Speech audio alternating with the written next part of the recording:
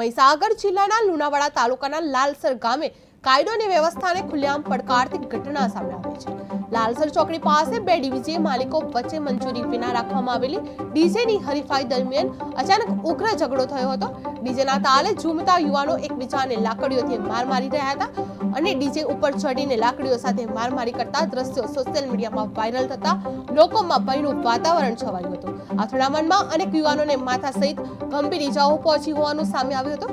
ઝઘડાના દ્રશ્યોમાં સ્પષ્ટ દેખાઈ રહ્યું છે કે જાણે પોલીસનો કોઈ ડર જ ન હોય તેમ ગુંડા તત્વો છૂટા હાથથી મારામારી કરી રહ્યા છે। આ ઘટનાને લઈને ગ્રામજનોમાં પોલીસ કાર્યવાહી કરવાની માંગ ઉઠી રહી છે।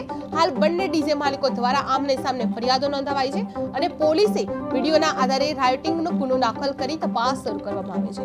હવે કાયદો હાથમાં લેનારા તત્વો સામે પોલીસ કડક પગલાં ભરે છે કે નહીં તે જોવાનું રહ્યું છે। લાલસર ગામે ડીજેની હરીફાઈ વચ્ચે ઉગ્ર ઝઘડો બન્યો હતો। બે જૂથો વચ્ચે લાકડીઓ સાથે આમને સામને મારામારી થઈ હતી। અનેકને ઈજાઓ પહોંચી હતી। ઘટનાના દ્રશ્યો સોશિયલ મીડિયામાં વાયરલ થયા છે।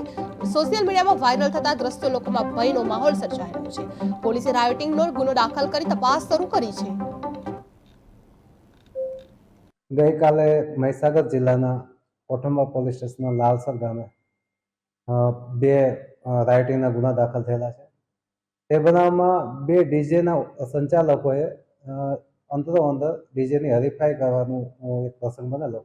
એમાં એકબીજાને ચર્ચા થઈ અને એમાં ક્રોસ રાયોટિંગ થઈ અને બંનેની જે પ્રોગ્રામના છે એમાં 5 જણા અને એક મોબ જે અનનોન છે એના વિરુદ્ધમાં ગુનો દાખલ થયેલો છે, જેની તપાસ હાલમાં ચાલુ છે। શેના માટે વરઘોડો નીકળવામાં આવ્યો તો ડીજે શેમ વરઘોડામાં પ્રાથમિક માહિતી એવી છે કે એ જે અંદર એક હરીફાઈ કોમ્પિટિશન રાખેલી છે, પણ એ અનોખો થાય છે, એની પર તપાસ ચાલુ છે ખરેખર હતી કે કેમ, પણ એ રીઝન અત્યારે પ્રાથમિક એવું આપે છે કે હરીફાઈ ના રેકોર્ડ પર મંજૂરી નથી એટલે તો ગુનો દાખલ થયો છે। આમાં કોઈની અટકાયત થઈ શકે કે તપાસ ચાલુ છે એટલે એ વિગત તમને પછીથી આપી દઈશ।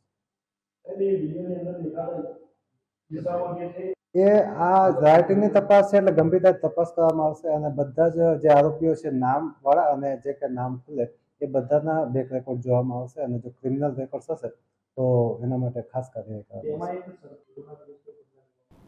તપાસમાં જે